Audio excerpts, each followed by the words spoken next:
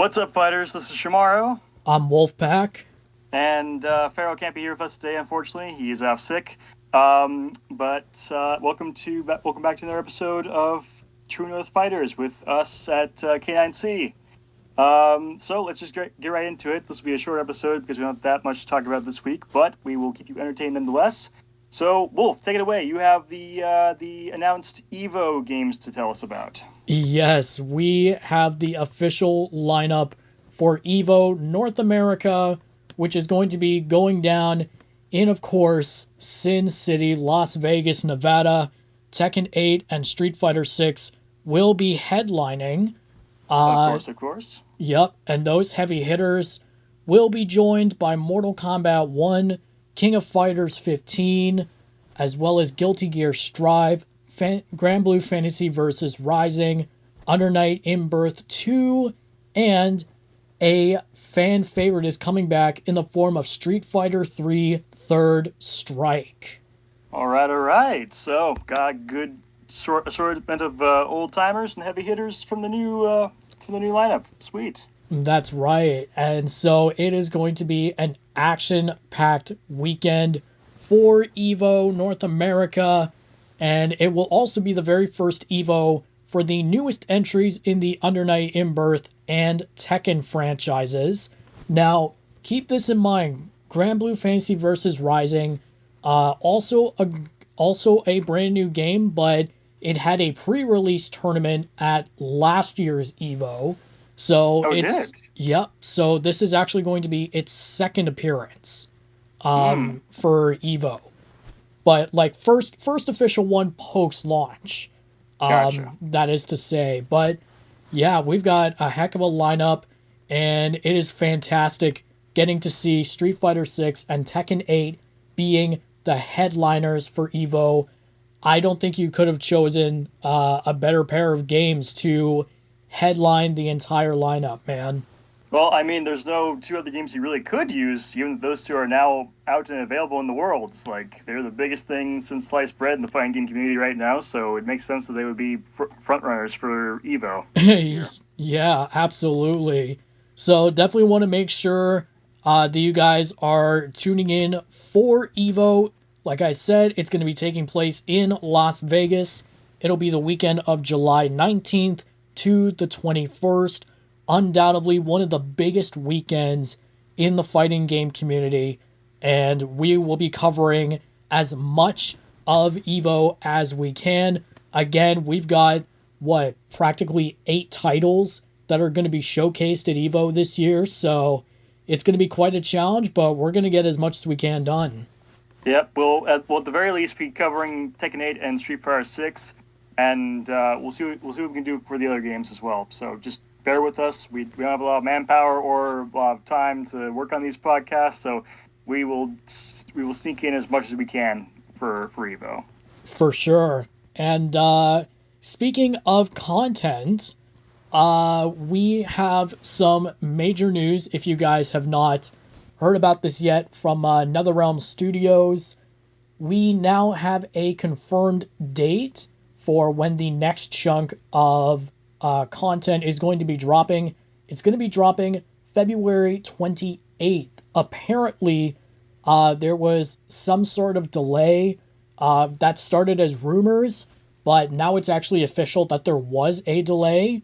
And so, right now, season 4 content should it originally should have been underway by now, which means we would be getting a brand new season for Invasions centering around Melina, and on top of that, early access for Peacemaker from DC's Suicide Squad, the newer Suicide Squad, might I add, would have dropped probably around by now for early access, but it has been confirmed February 28th is when early access will begin for Peacemaker, and it's also on that same day that we will be getting Season 4 content for the game. So for those that Mm. haven't already heard about this, yeah, that's the big news, and that means officially the full release date for Peacemaker will be March 6th, 2024. So make sure to mark that down on your calendars. February 28th, once again, that's when Peacemaker drops for early access. That's when Season 4 content gets underway.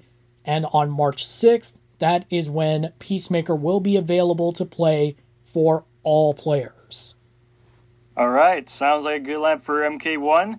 Next up, I do believe we have some more Tekken 8 news to cover. Yes, we do. We are going back to Tekken 8. The first patch is officially live now, and it was a very interesting patch, that is for sure. And All I'm gonna say is that as Arena fan / main, I just got into studying her, and now they're nerfing her, which pisses me off. It just pisses me off, honestly. Yep. Yep. She is among several different characters that have gotten some balance changes. Elisa Boskanovich is mainly untouched. For the most part, Devil Jin and Dragunov got nerfed. Actually, Devil Jin got nerfed a little more. Dragunov got nerfed, but also received a semi-buff. So it's not necessarily as bad for Dragunov. Jack 8 got nerfed. Jun Kazama got nerfed. Leo got nerfed. No, not Jun. Yep. Apparently someone. This can't leave my mains alone, can they? Unfortunately not. Apparently, someone brought it to the attention of the fighting game community as well as the devs themselves. That Jun's moveset is borderline broken. So from there, Harada and the team have gone to great lengths to nerf Jun so that she is still a strong character, but isn't, like a game-breaking character or anything like that. I swear, if they touch Kuma, I don't know what I'm gonna do, Wolf. Well, so far, nothing has happened for Kuma. He's not listed anywhere in the patch notes, so that's good to know. Leo got nerfed, as well as Leroy. No. Lily was untouched. I believe it was just a behavioral change that was made for Lily. That was the same thing for Alyssa. But here's the thing, though. Raven got buffed.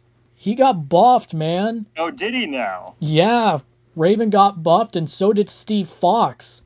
So that's going to be very interesting. I'm honestly not mad about Steve Fox because honestly, he did need a bit of an advantage going into Tekken 8, especially since he's just a fisticuffs guy. Like legs totally disabled for his fighting style. Yep, exactly. And even I had trouble trying to adjust to Steve's fighting style because he is a boxer. So obviously that means legs are off limits. It's just you and your fists, man. So easier said than done trying to learn Steve. But the big names that got hit hard here, or the other big names, I should say, Yoshimitsu got nerfed, Nina got nerfed, and unfortunately, Reina got nerfed as well. Yeah. It's unfortunate, and especially since we just got finished learning the new characters during our YouTube recordings. By the way, quick announcement, guys. We apologize for the delay on the YouTube video release. We are working on a technical issue that popped up while we were trying to create that. Just a little sound issue. We're going to get that fixed, and we're going to have that out to you guys. It should have been out already by the time you guys are listening to this, but just, again, sorry for the delay. Yep, exactly. Thank you very much for bringing that up. Hopefully we won't have too many technical issues going forward, but considering this is the first video for the channel, I'm sure that maybe some of you might have seen the first video go up live Friday afternoon for a brief period of time. Shamaro brought it to my attention that there was a sound issue. So yes, the fixed video will be up within the next day or two, or by the time you guys are listening to this, it'll already be up. So be sure to watch for that. But yes, but we'll keep you guys we'll keep you guys informed through the socials when that actually is out. Yep. And so going back to the patch notes here, yes, Reina got nerfed. She ended up getting a balance nerf. But it's technically not all that bad because she did get a behavioral nerf as well as a behavioral buff.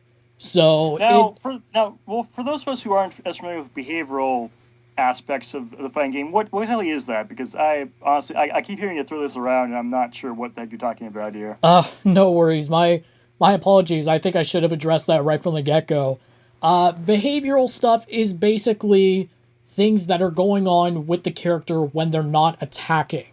So it could be little things that happen when they enter a certain stance, or when they transition from a running state to a standing state. Basically stuff like that. It's very, very simple.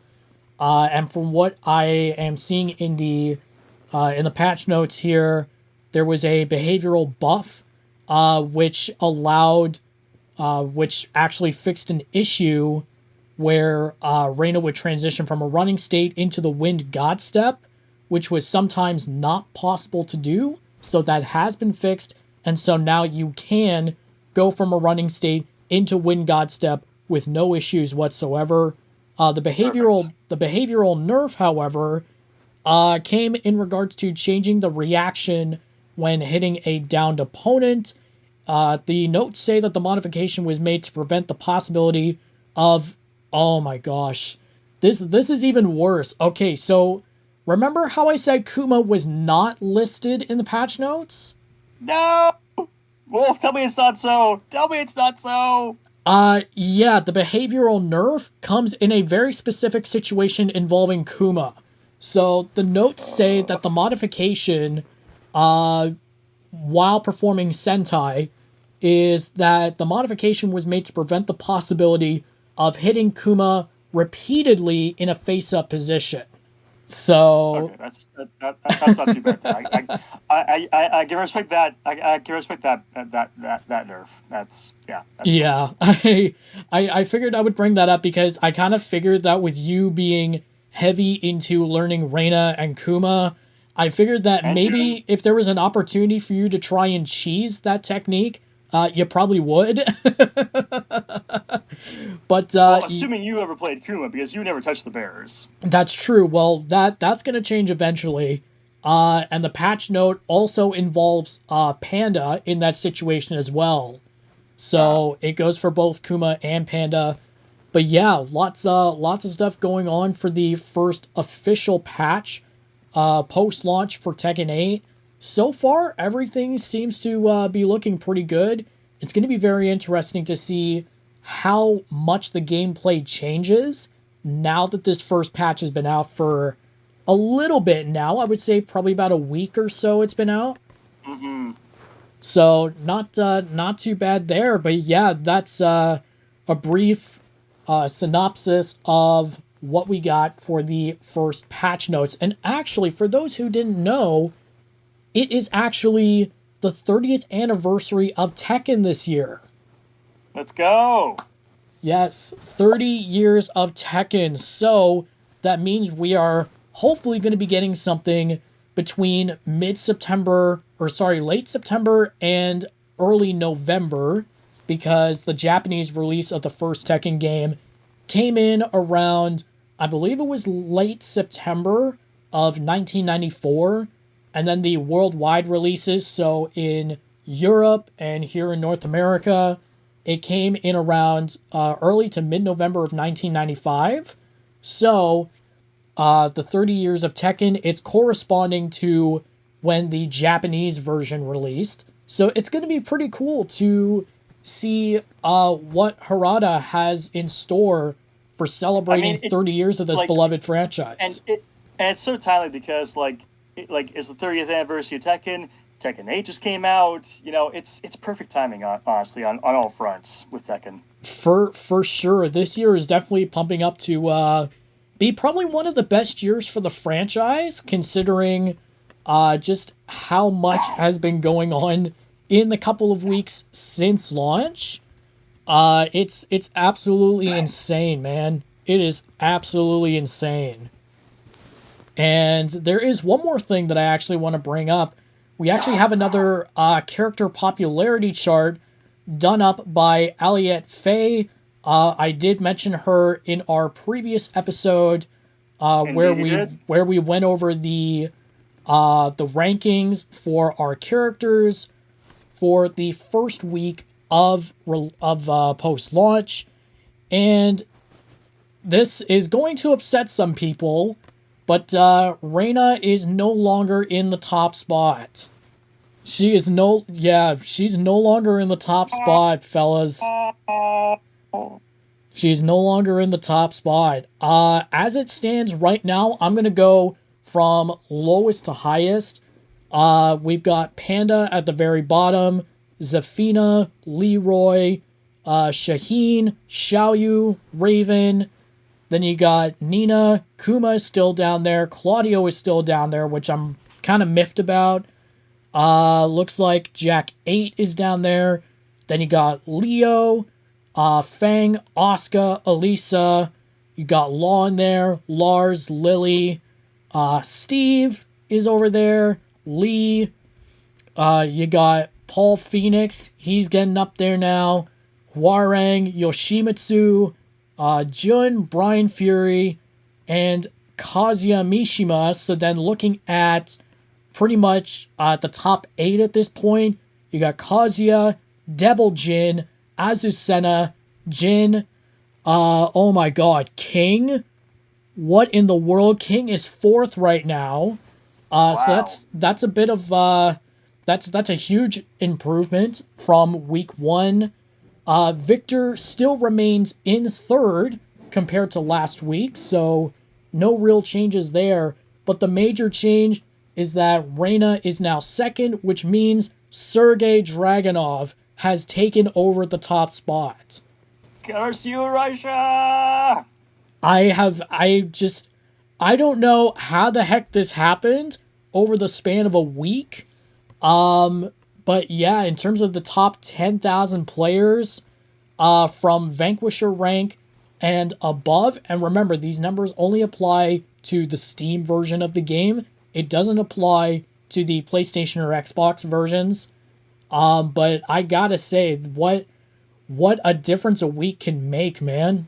Absolutely unreal. And what difference like a single like week-long patch can do. I'm pretty sure the whole Dragunov being taken first place thing has got to be because of the patch notes that came out recently. Probably, because remember, as I said, both Dragunov and Reyna were impacted by the patch.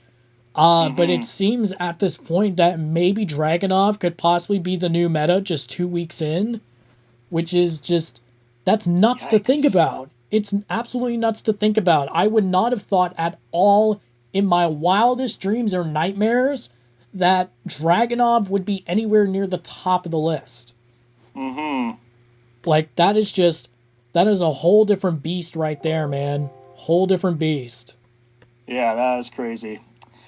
All right, well, let's move on from my depression of Reyna.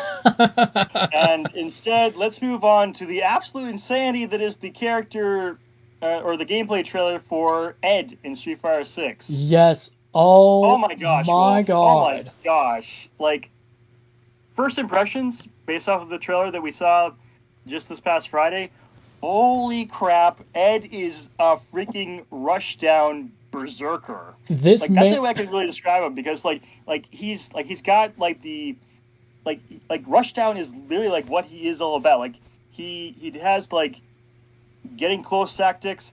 He's got like close hit melee for days, and then if that wasn't bad enough, he's got like one of those spider web strand things from his hands that he can just pull you in. Right? He's like a rushdown that takes like the bare essentials from grapplers and zoners to get even more rushdowny. Like, it's insane what he's able to do. It's nuts, man. And you know what? This is I would say that this is a huge upgrade from when we saw Ed in Street Fighter V. For those who mained Ed in Street Fighter V, if you know, you know. I barely ever touched Ed in that game, but after seeing that trailer for him in SF6, I am very curious to see how well he plays. I mean, being a rushdown guy myself, I'm definitely gonna play him. Yep, don't have to tell you twice. But yeah, I mean, he's he looks better than ever. Gotta say, really love the more realistic model compared to the very cartoony look that we ended up getting with I Street Fighter know Five. Ed looks just so much better in SF6 now. It really does, and that goes not just for Ed, but it goes for all of the characters returning from Street Fighter Five. It goes for every single one of them. Chun-Li, Ken, Ryu, Guile, Blanca, Cammy, every single one of them. They look 100 times better in SF6, thanks to, I believe it's the Unreal 5 engine that they were using for Yeah, I love that SF6. Unreal Engine. Man, it looks fantastic. And you know what? If there was ever an award that could go to the most visually appealing fighting game, it would definitely come down to Street Fighter 6 and Tekken 8 because those are two of Bar the none. most Bar visually none. striking games on the circuit right now. It's Indeed they just are. it's Yeah, so insane. Ed, he is when's he coming out again, Wolf? When's the official release date? Um Crap, I don't remember the official release date, but I do know he is going to be coming out probably sometime either in the spring or the summer. That much I know for sure because we ended up getting. I think it's probably going to be in the spring because we got Rashid in around. I think it was in around the fall of last year, and then we got Aki in around winter time. So I think it was in around December that we ended up getting Aki. So Mm-hmm. chances are, Ed could be releasing as early as maybe next month or as late as probably sometime in May. Um, and with that, that means we only have one character left in the year one character pass, which is, of course, Akuma. Right. So it's going to be interesting to see how that goes. And I do want to bring something up here. You are indeed a rushdown player. I am. Do you think right now, with how much experience you have in SF6, do you think your main choice for a rushdown is going to change once Ed comes out? Well, again, like it's weird. Like with that, with SF6 Wolf, like I tend to some like a lot of the time I tend to be going towards like the shoulder characters like Oh Ryu, yeah. Ken, and uh and what's his name? But yeah, like I've been going for more show characters in SF6. Rushdown style characters. I think the only one I've really gotten a real playtime with so far has been Jury. Um, but yeah, like and honestly, like it was hard to find a Street Fighter character that was like completely like dedicated to Rushdown because they were all mostly zoners in and of Yeah. themselves. I think the only one I really got into playing that wasn't a zoner was Manon as a grappler, but Oh even yeah. then, sort of zoning there with her. But yeah, like Ed definitely looks like a true Rushdown character for the Street Fighter franchise, and I am definitely going to get my hands on him. So, like again, it depends on how easy he is to play and how easy he is to initiate rushdowns and getting close. So we'll see. Like once he comes out, we'll definitely do a video on that, and I will definitely give you guys my opinions on how good he feels as a rushdown character. For sure. And one more, and actually, we do have quite a bit of time here, so I want to ask something else. What are some of your dream matches that you're looking forward to once we go ahead and start uh, utilizing and learning the DLC characters? I mean, first you gotta get those, Wolf. I mean, like you're the one with the PS5, and you have yet to get the two DLC characters that have already come out. So, Yes, I yes, mean, I'm working on that. but if I had to go for like who I would want to see with matchups, I definitely want to see a Jury and Aki matchup for Oh sure. yes. I want to see the two sadistic sisters go at it. Um, Ooh. as for who I would want to face you with using Ed, I think if I was playing Ed, I would love it if you tried playing. Oh my gosh, I'm blanking all the new characters' names. Final boss, CJ, or whatever Oh his name is. JP. Yes, JP. Thank you. Oh my gosh. Sorry, guys. I am not sure why I'm so bad at remembering the new character names, but Hey, yeah. it's all good. It takes some getting used to. So you're all good, my man. You're good. Yes, yes, but those two would be my definite. So those two would be my two definite matchups for DLC characters versus main roster characters. That'd be pretty interesting. I guess for me, in regards to Rashid, I think maybe a good matchup I would want to see between you and I would say Rashid and Blanca. I would I say was that just would be about a to good say one. that, dude. Literally, I was just about to say that. I figured Rashid, Blanca, like I'm not sure why, but they just work together for some reason Yeah, as a good matchup. I don't know why. It just is. it just feels natural, doesn't it?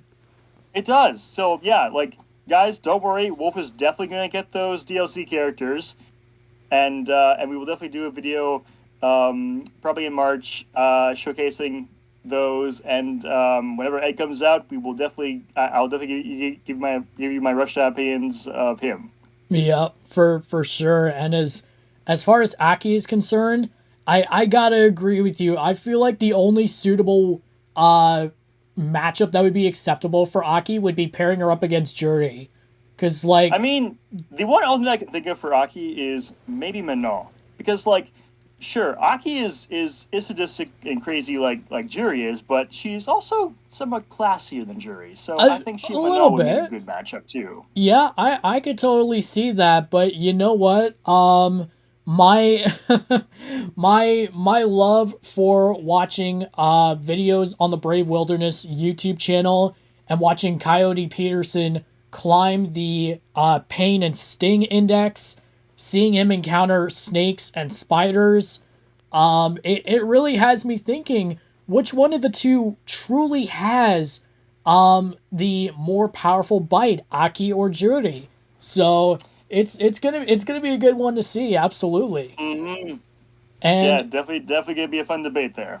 definitely, and in terms of Ed when he comes out, oh man, I wouldn't be surprised if we just go ahead and throw the entire base roster at Eddie and just and see Honestly, what like you're not happens. wrong. Like he looks like he could be a mess the entire roster, and I like it. Like if there was anyone in the Street Fighter 6 roster that was going to need like patch notes after the release, it's definitely going to be Ed. I can just tell they're going to be tweaking him a lot as after it comes out. Oh, absolutely. There will be quite a bit of work to do on Ed, and I mean, who knows? Maybe he will. Maybe it's not guaranteed, but it's a big maybe that he could skyrocket up the character usage charts, and we could find him sitting somewhere in the top five. Who knows? For the first week at least, and then the tricking happens, and then who knows where he'll end up. But yeah, he'll be fun either way. Yeah, absolutely. So that is that for Street Fighter 6. That is that for Tekken 8 as well as Mortal Kombat 1. And so now I will shift things over to you, Shamaro. We've got our indie spotlight and you have chosen a gem of a beauty for this one. Yes. So for you guys who are indie fighters at heart, this is an older title.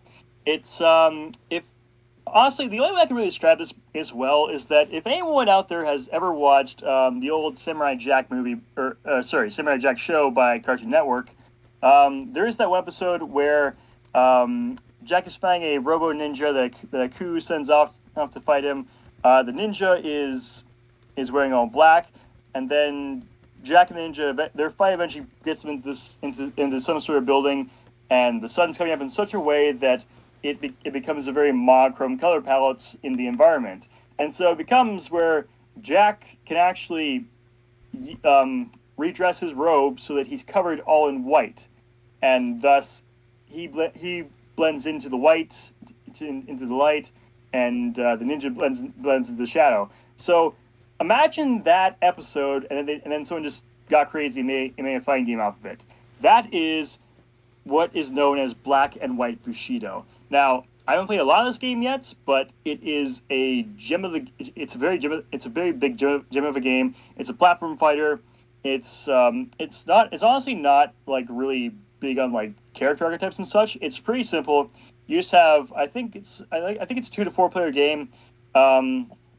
But basically, some people are black, some people are white. You blend into your assorted colors, and you basically just try to play mind games. And it like imagine like the best way I can describe on the mind games here is imagine that one stealth boss fight from Metal Gear Solid 3, I think it was, or 4, and that should give you an idea of like how deep the mind games go with this with Black and White Bushido.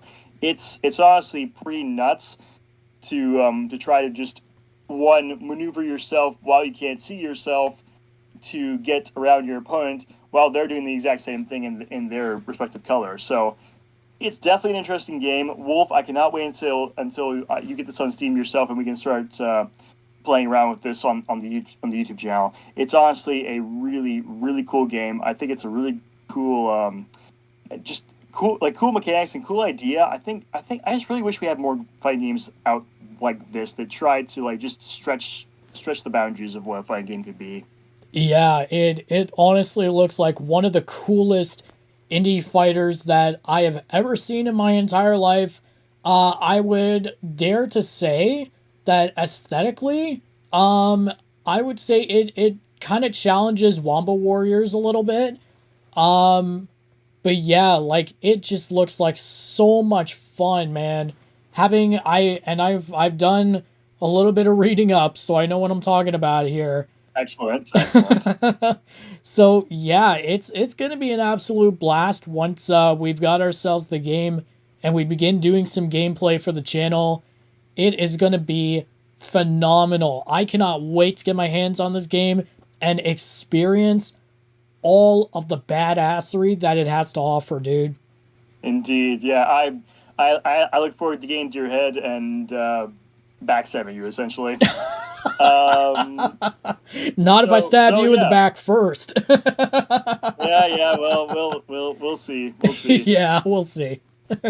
Yeah, but anyway, that's Black and White Bushido. If you guys have never heard of it, or yeah, you've been wishlisting it for the longest time but haven't gotten around to it, definitely pick it up. It's a really like most games on Steam. It's very affordable and it's a lot of fun. So definitely pick it up when you have the dough for it. Definitely. For sure. This is I've said this with a whole bunch of previous indie games that we've covered. You're not going to regret this. This one is an absolute banger of a game. Mm-hmm. And now, moving on, we come to our discussion topic of this week. It is we're talking about Mugens this time. So, Wolf, first off, what do you know about Mugens? Honestly, I know pretty much the bare bones of Mugens. It is, man, it is one heck of a game, man. One heck of a game. Infinite possibilities for Mugens. And actually, that's the word that it's derived from. That's the word of Japanese origin, yes, meaning Mugen infinite. is actually the word for infinity in Japanese. Yes. So, for those of you who do not know what we're talking about, for those of you who are not as initiated into Mugens as some of us are, so there is the Mugen engine out there, which is basically a open source engine which allows people to basically create their own fighting games. And there's a whole community that's sprung up around this to create a whole bunch of different types of Mugens. From I've seen numerous amounts of like Sonic Mugen making, Dragon Ball anime characters. There's been there was even this one I found on YouTube not too long ago called the Famicom Fighters, where basically they took a bunch of old Famicom NES characters and put them in a fighting game against each other. So yeah, Mugens are just it basically like Wolf said, it's basically endless possibilities because you can basically program whatever character you want, or just take from the community stashes that are out there, and basically just plug them into your Mugen engine and make a wild fighting game out of this, or just a real dumb and janky one if you want to. If you just want to have some fun and just be as dumb and janky as you want to be with your fighting game, and just be absolutely absurd with your fighter choice and what they can do, that's fine too. Like that's the thing with Mugens. Like it really is truly open source, and it's basically it's a modder's fantasy land essentially, is what Yeah. Mugens is. It's So practically a sandbox for crying out loud. You can do whatever the essentially, heck you yes, want. that's a very good way to put it, Wolf. It's a sandbox for fighting game enthusiasts to create their own works. And there have been a lot of people who actually have made their own full fighting fan games with the Mugen engine, and they've released those builds to the community. And honestly, like, this is definitely something we're gonna have to get into at some point on the channel, because there's so much out there. I especially like you being the Sonic fan that you are. I definitely want to see how you feel about the fan Mugen Sonic Battle HD.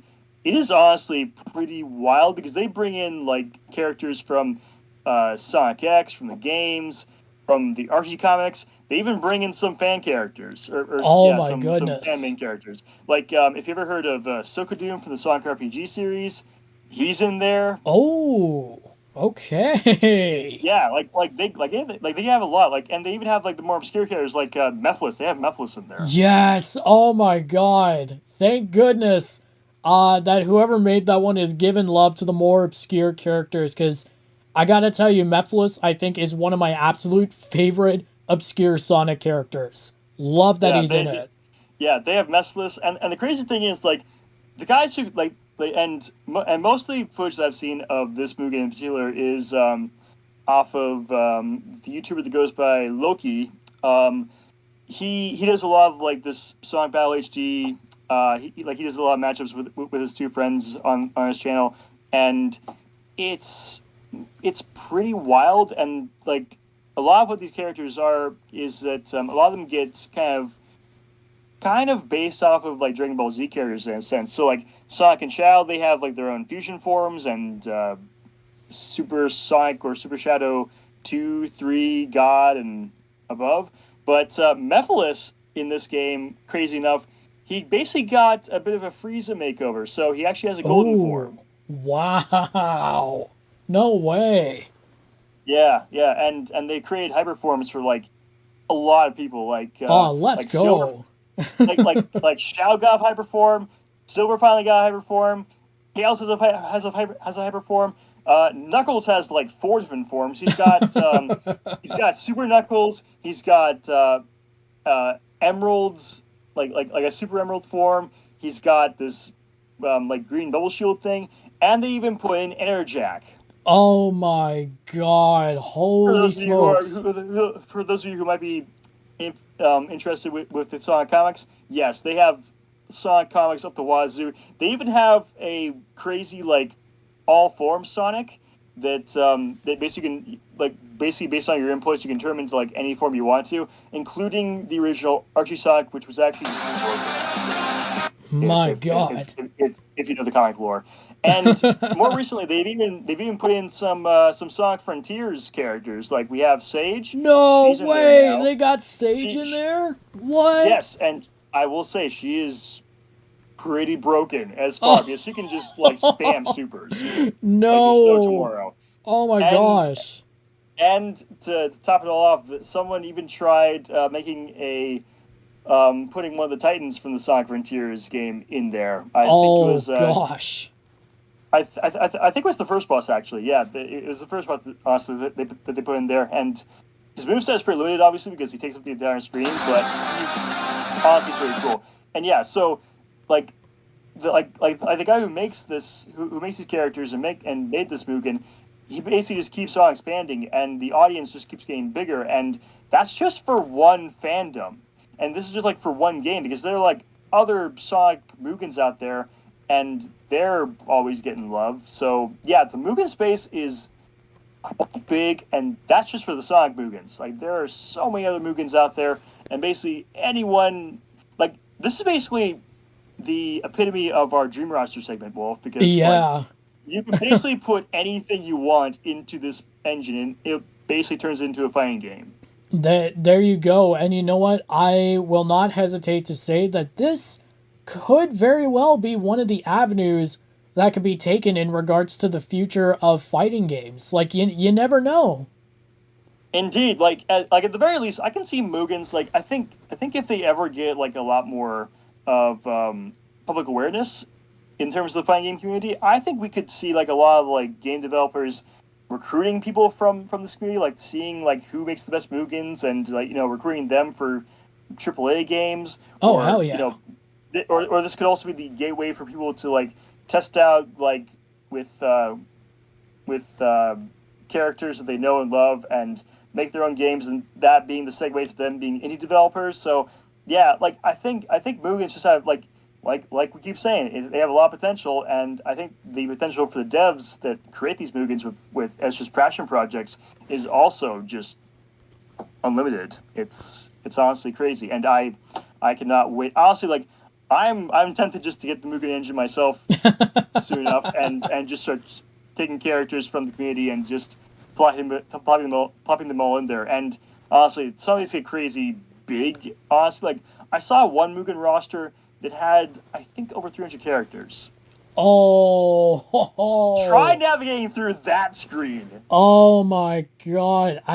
Oh man, my eyes and my entire face would hurt from trying to get through that. That would be exhausting to just try Yeah, and get through all of that. Oh lord. yeah, but essentially, Mugen's just a blank slate, a blank canvas for up and coming devs and wannabe devs and devs with dreams to just do whatever they want with it, and just have fun and make new possibilities. And honestly, I can't wait to see like where Mugens take us in the future. Like I feel like it's impossible for them not to have some clout within the fighting game development nowadays, and especially with AI bringing in like coming onto the scene as we saw with our last discussion video or podcast. Like if you put AI, because like they have those AI agents now where they can basically, you can tell them to do something, they'll like build a game for you. Yeah. So I can just imagine giving an AI the Mugen engine, and then boom, you have your own custom game. And I think, like honestly, I cannot wait to see it, like how AI and Mugens just merge into one, and like it's all open source, so it's just going to be freaking amazing to see what happens going forward. Yep. What you gonna do when artificial intelligence and the Mugen engine run wild on you, brother?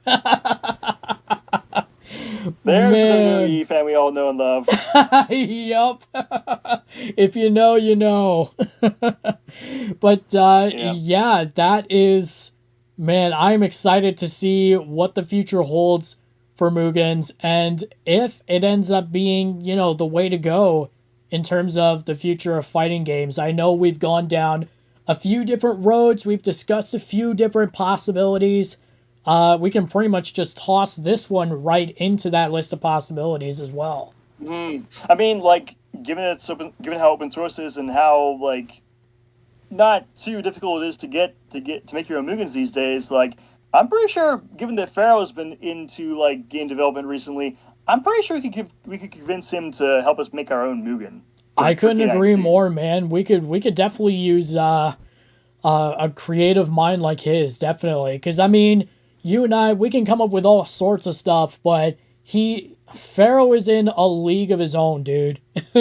Yes, you guys don't know this, but Pharaoh, he's recently been looking at toying with basically making his own NES game from like on the actual old NES software from scratch. So like honestly, if he gets back into that, and he learns about Mugens and how accessible they can be, I cannot wait to see where this could go. I think we're definitely gonna have to get him on this as like a side project. Definitely, man. I am through the roof excited to see what could become of that. Honestly, absolutely incredible. And just unrelated here, if you guys heard some random music playing, that's on my end. That's on me. While we're recording this, I am working on the technical issues for our first video, so I apologize that there was some of that music being heard. Nonetheless, though, yeah, that's pretty much that. And I know that Okay then. we still have a bit of time. But let's dive right into the dream rosters then, shall we? Yes. Speaking of infinite possibilities, the dream rosters. So, Wolf, you had a pretty interesting, yet another back-to-back interesting idea for dream rosters. So, what Yep. do you have for us this week? For this week, well, I'm continuing off of pretty much what I did a couple weeks ago when I mentioned doing a potential fighting game based off of NHL mascots. I'm still going down the mascot route, but I'm changing the topic this time. We're talking mascots for heavy metal bands. Let's freaking go. That sounds absolutely amazing. So, obviously, it would be probably like a, what do you think, like a 2D fighter or platform fighter? I'm definitely thinking that it would be 2D and heavily inspired by Mortal Kombat. Because, Mm, I mean, like, obviously, a lot of people who grew up with heavy metal being on the rise, as well as other subgenres of metal, people just love to, like, lump it all in as one thing and call it, the devil's music and stuff like that. right. So I kind of figured, why not take those stereotypes, those labels, and basically just run with it? Make it one of the Yeah, darkest like friggin' like things ever. yeah, it makes sense to me. So, who would you have in this theoretical roster? Like which bands can you see having their mascots in this game? Because I'm pretty sure Iron Maiden's going to be one, Oh, definitely. definitely. And for those who are wondering, for those who are fans of Iron Maiden, I am taking inspiration from the RPG mobile game Iron Maiden Legacy of the Beast because that game has already done over a dozen different collaborations with other heavy metal bands. So that's pretty much where this idea kind of originated. So some of the bands that I would probably see in there, first off, I would say Five Finger Death Punch would definitely fit very well in there. I could see Definitely. Knucklehead being in that. I could see Powerwolf being in there. Oh yeah, I'm not necessarily a they'd be fan of perfect. Powerwolf, but I could definitely see their mascot making it in there. I could see Alice Cooper being in there. Mm-hmm. Mm-hmm. He's a metal icon. It would be it would be a disservice not to include Alice Cooper in there. Obviously, Iron Maiden's going to be there. Because I mean, why? How could you have a game like this and not include Eddie? Right? How could you Yeah, I not? mean, like especially with all his costumes potential. There you go. But that I think would. Oh man, I'm already thinking like maybe just make a separate version of this, but just all the different versions of Eddie. Because as we've seen in Legacy of the Beast, there's more than like 100 different versions of Eddie that are both inspired by album art, lyrics from various songs, and from the minds of Iron Maiden themselves. Characters that are completely original, completely unique, don't have any sort of ties to the music whatsoever. So, I mean, I could go on for days on that idea, but yeah, Five Finger Death Punch, Alice Cooper, Powerwolf, Iron Maiden. I could see Judas Priest being in there. Oh yeah. The mascot for them would be the Painkiller, who you see on the cover art of the album of the same name. Our half man, half machine uh, individual who rides on a really freaking awesome motorbike. Oh Nice, man, nice. there's a lot that can be done with this.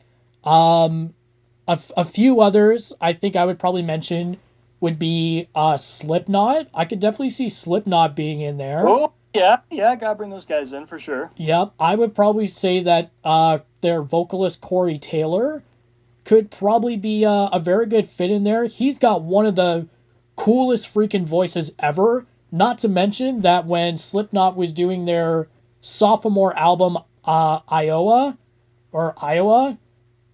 Corey nearly destroyed his own voice recording all the songs for that album. Mm. So that goes to show just how heavy he could be. I would also throw in Disturbed as well.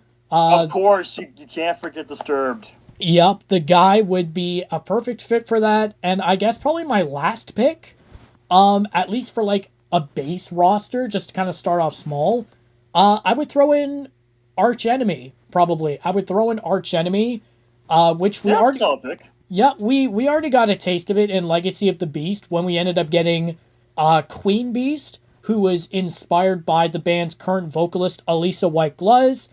Also, a fun fact: she's Canadian, so big bonus for us. All And right.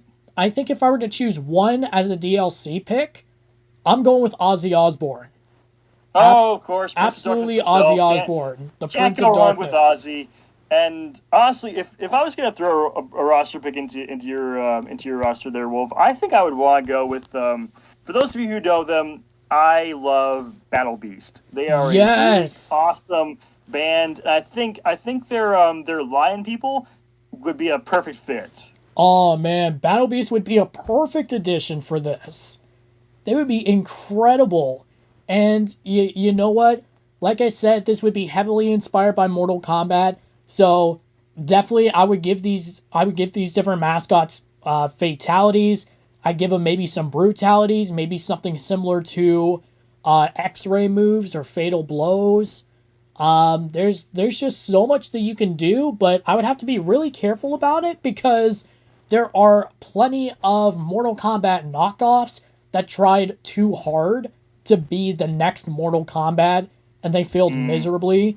So, would definitely have to be extra careful when crafting a game like that, but just Yeah, I'd say honestly obviously take inspiration from Mortal Kombat, but instead of focusing on blood, guts, and gore, focus on the metal and edge of the thing. definitely. And I like the idea that maybe there could be stages dedicated to these different mascots and their respective bands. And Of course. I think that assuming all the copyright stuff goes according to plan, I think we could definitely see some iconic tunes from these different bands. I could see Of course. Crazy Train from Ozzy Osbourne.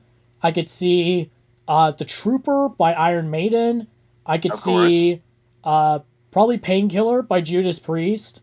I could see a whole bunch of stuff going on there, assuming that everything is on the right path and everything copyright wise goes fine. But yeah, that's pretty much my dream roster idea would be a dark, gritty, kick-ass game inspired by Mortal Kombat and featuring some of the greatest heavy metal bands of all time. Hmm. Wolf. After hearing this idea, I definitely need to introduce you to this older. I think it was a PS2 game, but I think it was called. I think it was called like Brutal Metal or Brutal Legacy or something like that. But Oh it hosted like Jack Black as the VA for the main character, my and god. basically Ah, it was him basically just battling his way through a land that was based off of old heavy metal artist like album art. oh my god, that's perfect because Jack Black has his own rock band, Tenacious D. Hmm. Oh my god, that's freaking amazing. I'm surprised you never heard of this thing. So yeah, I'm definitely going to introduce you to this game in our spare time because I think you would get a real kick out of this. That's awesome. I would love that, dude. I would love that. That's Nice. awesome. So Anyway, what about so you? What's your dream roster idea for this week? yes, so I was running through my anime recently that I've watched in the past, and I came across one that our listeners might know of called Isekai Quartet, Hint which for those of you hint. who don't know, which for those of you who don't know Isekai Quartet, it's essentially a show. It's a spin-off show. It's not supposed to be canon or anything, but they essentially take the casts of four different isekai, namely Overlord, um, Konosuba, ReZero, and Tanya the Evil, and they basically throw those guys into a little high school setting, and they're all chibis. It is quite adorable. And then in later seasons, they also threw in Shield Hero, which I'm a big fan of. But yeah, I'm a big isekai connoisseur myself. And I was thinking, if they're gonna make anime spin-offs like this, where they basically just throw all these crazy characters from isekai into a show, why not do that with with a game as well. Like I can see a very easily done 2D crossover game with all these different isekai. Like obviously we would want to have like characters from the so far mentioned isekai like Overlord, Shield Hero, Konosuba, ReZero, and Tiny the Evil. But of course, you could also just go crazy with this and also have like any number. Like I could definitely see Kirito from SAO making it in here because he's like the one of the original isekai icons for the early 2000s. Oh yeah. And he just never seems to go away for some reason. but yeah, Kirito, I can definitely see. That time I got reincarnated as a slime. I could definitely see the slime and his buddies. He's showing up to like rolling up to a fight and throwing some hands. That would be a silly one. Well, like how much of slime have you actually watched there, Wolf? Not much, but Okay, just there you just go. the Like, just the watched, idea of it just sounds really silly in I a know really it sounds fun silly way. in theory, but as someone who has watched all all of the main show, the movie that came out not too long ago, and all like the little spin-off series that they did as kind of like OVAs to like fill in some chapters that didn't make it into the full anime, it gets pretty heavy, honestly, and it gets like everyone in the show just becomes a huge badass, and I cannot wait until season 3 comes out. Honestly, it's going to be awesome. But yeah, I can definitely these guys. They might seem silly on the outskirts, but once you actually have to face them, they are a whole different beast, my friend.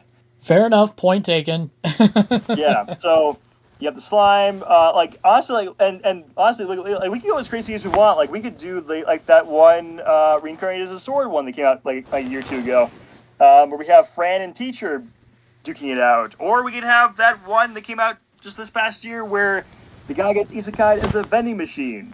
Oh, I heard about that one. I mean, like honestly, like isekai just keep getting weirder and weirder and more inventive as time goes on. Yes, every so often you get like a lot of time, like half the time you get like these like little knockoff ones that really go anywhere, but the other half of the time you get these really interesting ones that just go hard and they get at least 2 seasons out of them and they just are fantastic. So I can definitely see a lot of potential for a game like this and just all the different isekai it could draw from. And heck, if we're going for like old fashioned isekai, like if you were going for like classic isekai, I could definitely see Inuyasha being put in the roster because he's like one of the original isekais of anime. I think we would be remiss not to add him in there.